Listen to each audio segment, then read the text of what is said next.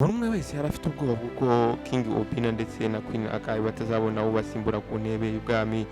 Umuhesha mukuru w'ubwami yahoraga abwira umwami ngo ashaka undi mugore kugira ngo arebe nimba ashobora kubyara uzamusimbura ku ntebe yicayeho, ariko uyu mwami yakundaga umugore we cyane, ntabwo yashakaga yuko ashyaringa cyangwa se aho umutima undi mugore. Aha ngaha rero hari undi mugore wari wahishwe n'ishyari cyane witwaga Amara. Kuva kera kose yarashakaga kuba umwamikazi. Uyu mukobwa rero ishyari ryaramwishe ahitamo gukoresha imyuka y'umwijima kugira ngo abuze uyu mwamikazi kuba yatwita. Imyaka rero yaratambutse umwamikazi atabasha kubyara, atabasha no gutwita. Noneho rero ibwami batangira kubwira umwami bati ese bimeze bite, ugomba gushaka uburyo washaka undi mugore kugira ngo ubyare uzagusimbura. Queen Kai yaricaye rero arasenga cyane, asenga Imana, yinginga Imana. Hashize iminsi mikeya buri umwe wese byaramutunguye kubona uyu mwamikazi atwite. Amakuru rero ibwami hose barishima. Nuko hashize rero amezi 9 Queen yaje kubyara umwana w'umuhungu mwiza cyane, ariko nubwo yarabyaye wa mukobwa Amara yakomeje kugira ishyari ryinshi cyane ndetse biranamubabaza. Umukobwa Amara yaje kwiba wa mwana, amwiba ibwami aramujyana, arangije amujyana mu kizu kitabagamo abantu, ikizu cyari kiri mu ishyamba. Amara yamaze kujyana n'umwana amwijeje muri cya kizu cyari kiri mu ishyamba kitabagamo umuntu n'umwe, atangira kumufata nabi cyane. Amara yafashe Kina amushyira mu kumba kamwe katabonaga, nta n'umwenda mwambitse, amurambika aho ngaho gusa. Iki cyumba cyari gikonje cyane kandi cyari cyanduye. Amara yajyaga kureba uno mwana byibuze rimwe mu cyumweru kugira ngo amushyire amazi ndetse n'ibyo kurya. Uyu mwana rero w'umuhungu yakuriye aho ngaho muri aka kumba, ariko akurana umujinya mwinshi cyane ndetse akurana n'agahinda kenshi cyane. Ariko uko iminsi yagendaga yicuma, uyu mwana yagendaga abura intege, yarariraga umunsi wose, ariko nta muntu n'umwe wari kubasha kumwumva kubera yuko aho bari baramutaye hari mu ishyamba. Uyu mugore ibyo kurya yamuzaniraga rimwe na rimwe yabaga yashyizemo uburozi, akeka yuko wenda bushobora kumwica, ariko Imana yakomeje kurinda uno mwana Kina.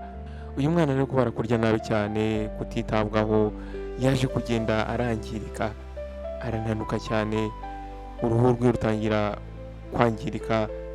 Ahangaha Amara yageraga kuri aka kazu waje kumureba, nta kindi yamukoreraga usibye kumukubita, yarangiza akamubwira amagambo menshi cyane, akamubwira ati ntabwo uzigira umwami, uzapfira ahangaha, ntabwo nzigira ntumuvanga na gato. Uyu mwana rero yakuriye mu buzima, arabumenyera, ahitamo kujya yemera akarya ibyo biryo bibi, akarya akanywa amazi mabi, ariko byibuze agasavayivinga. Yari afite ibyiringiro yuko umunsi umwe ubuzima bwe bushobora kuzatabarwa. Nuko umunsi umwe umuhigi umwe yari arimo ari guhiga, aca aho ngaho hafi y'iyo nzu. Nuko agiye kumva yumva umuntu uri kurira, ariko aririra muri iyo nzu. Nuko uno muhigi yahise agira amatsiko, nuko arangije akurikira ijwi ari guturuka, birangira ageze muri ya nzu. Akinjiramo asanga ni wa mwana w'umuhungu, ariko akinjiramo akibona uyu mwana w'umuhungu agenda karamwishe. Yasanze uyu mwana ari mu cyumba cyijimye cyane, icyumba kitarimo ikintu na kimwe.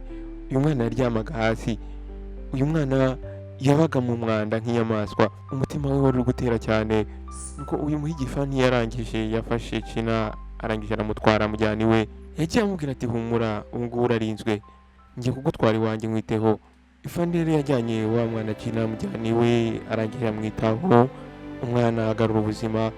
Wa muhigi yaje gushakisha amakuru y'uyu mwana ngo amenye aho aturuka, aza kumenya yuko uyu mwana ari umupurense, ari umwana w'ibwami. Nuko rero arangije afata umwanzuro wo gufata wa mwana akamujyana iwabo w'ibwami, ndetse ubutabera bugakorwa. Nuko uyu mugabo rero yafashe urugendo, arangije atwara wa mwana amujyana ibwami. Nubwo rwari urugendo rurerure cyane, ariko uyu mugabo icyo yashakaga nuko yashaka kugaragaza ukuri ndetse no kumenya koko nimba uyu mwana ari umwana ukomoka ibwami. Akigera aho ngaho rero ibwami, abarinzi babanje gushaka kumubuza kwinjira, nuko ariko nyuma yaho gatoya baramureka arinjira, nuko King Obinna ndetse na Queen Kai barishimye cyane kubona umwana wabo w'umuhungu, baramuhobeye cyane barishima, ubwami bwose bwarishimye bukora ibirori bwishimira yuko Prince yagarutse. Wa mugabo rero w'umuhigi wakijije uyu mwana w'umuprince bahise bamuhigira intwari, aho Amara wari warakoze ayo mahano yahise azanwa noneho arahanwa. Uyu mugore baramufashe barangije bamucira urubanza ndetse baramuhana by'intangarugero. Umwana rero yagumye aho ngaho agumana n'ababyeyi be ndetse akomeza gukura neza. China yari umwana w'umuhungu wari ukunzwe ibwami kandi akaba yari afite umutima mwiza ndetse n'urukundo.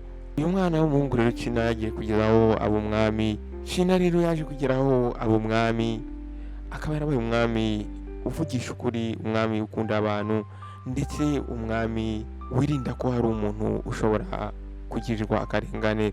Wakoze rero kubana nanjye muri iyi story naguhitiyemo, nizere ko hari icyo ukuyemo, hari icyo ikwigishije. Nizere ko kandi wayisharinze, wayikunze ndetse wakoze comment. Wakoze guhitamo Beyond World Show. Nawe ubutaha. Ciao ciao.